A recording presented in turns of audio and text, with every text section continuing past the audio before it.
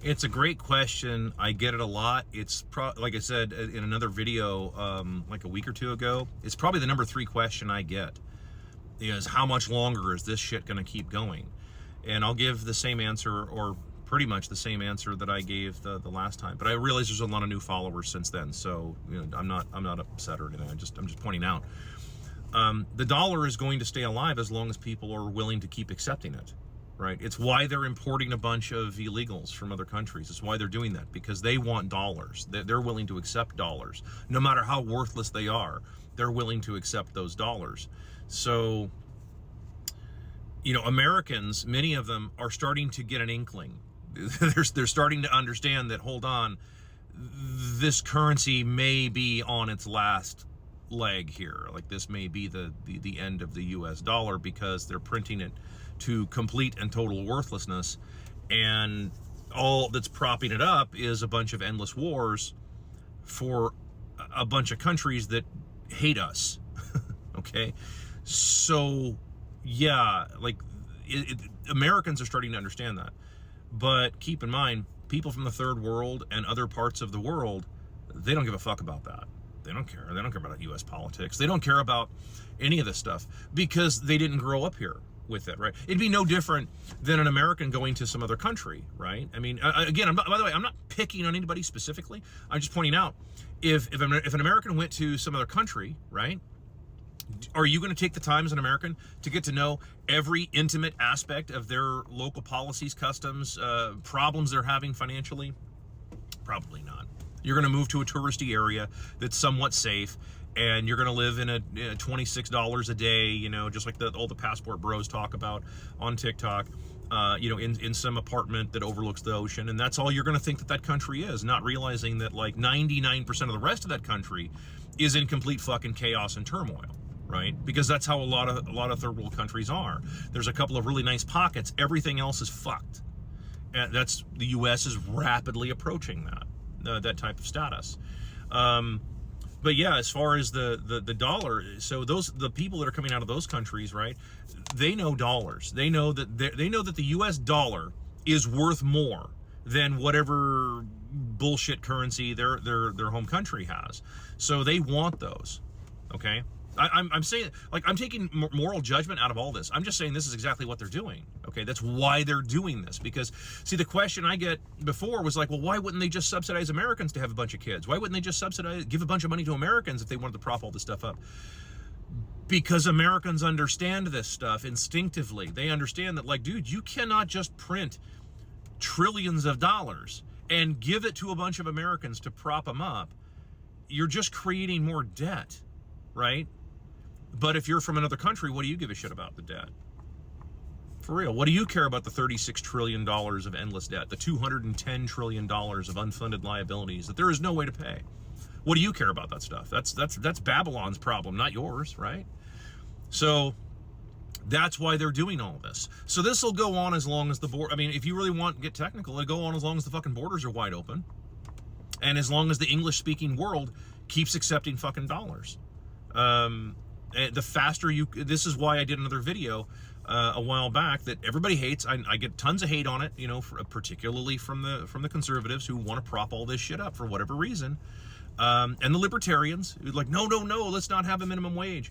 No, the reason you raise the minimum wage to $300 an hour has nothing to do with trying to solve poverty. You're not going to solve poverty by raising minimum wage. You do that to collapse the dollar. You do that to get rid of it. It's a toxic currency. You want it to collapse and take down all of its associated bullshit with it. That's what you're after. Okay, that means it takes down something like 68 other countries with it. Takes their economies completely out. Probably collapse China as well. Probably take down almost all of Europe. I mean, that's what you want. And then, of course, the idea is, well, won't that cause bedlam and chaos? Yeah, but it'll be localized. In other words, the people worrying about World War III, it's like that would be the low priority thing for most countries. Most countries are going to be worrying about, their local politicians trying to find some hole to crawl in, Saddam style, to survive the riots of their own people, right? Because they tethered their economy to the US dollar, the single most worthless currency that's ever existed in the history of mankind. This is just reality of what would happen in most other countries. You know, people are they're all fine as long as they got a chicken in every pot, right? When there's no more chicken in every pot, then people get upset. And when they get upset, they start looking for people to blame. And when they start looking for people to blame, they usually go to their leaders, whoever the leader was, right? I mean, just like football coaches, when a team sucks, you don't replace the team, you fire the coach, right? It's how it works.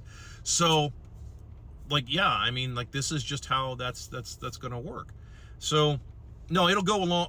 This is going to go on as long as the dollar continues to survive. It's going to go along as long as Americans leave their borders wide open, and not just Americans. Again, the English-speaking world leaves its borders wide fucking open, and props all this shit up.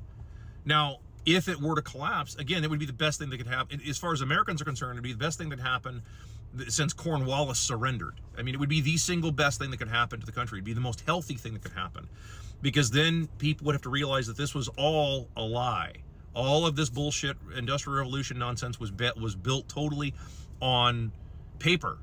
It was built on counterfeit paper dollars.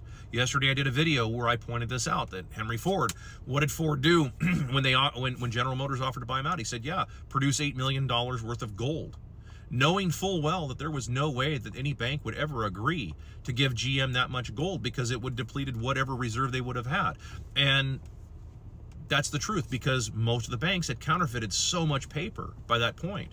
Now, if he could have paid for it in worthless paper dollars, right, or just an entry in a ledger somewhere, banks would have done that.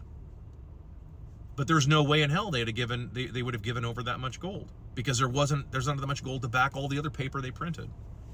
So, and the U.S. dollar isn't even remotely related to gold standard anymore. It hasn't been for many years. But yeah, this is ultimately the problem. The faster it collapses, the better off. But it'll go on as long as people keep doing this. So if you understand this stuff, not just you, but anybody who happens to see this video, you're now charged with the task of explaining this shit to everybody else, and getting them to understand that, yeah, we need to have the US dollar collapse. It's got to go away. Yep, faster it goes away, the faster a lot of shit goes back to normal. After a whole bunch of chaos, about a year of like complete fucking chaos in the marketplace, as people freak out because they realize that they're not as rich as they thought they were. No, they were never as rich as they thought they were. It was all fucking on paper. All these ridiculous asset prices, you know, these are, most of which is arbitrary asset valuations, where it's like, you know, well, we asked the appraiser says it's worth this much money. Put it on eBay, 99 cents, no reserve, and see what happens. Is it going to sell for that much money? Probably not by half. So there's what it's worth, and then there's what somebody will actually fucking pay for it. And according to every maximum of law, an item is worth what somebody's willing to pay for it. So if I'm sorry, but like, dude, if Mar-a-Lago, if somebody's only willing to pay $2 million for it, that's all it's worth, not 4 billion or whatever crazy nonsense number. I'm not picking on Trump specifically. I'm just pointing out, like, all of these buildings and assets and all this other shit, all these buildings that are empty, these empty buildings all over the country in major cities where there's nobody in them, and they're all claiming they're worth all this money because they can get X amount per square foot in lease rate. But if there's nobody in there, then they're not worth anything. There's the practical reality. Once again, utility value. I'm not going to go into that in this video, but there you go. I hope I answered that question.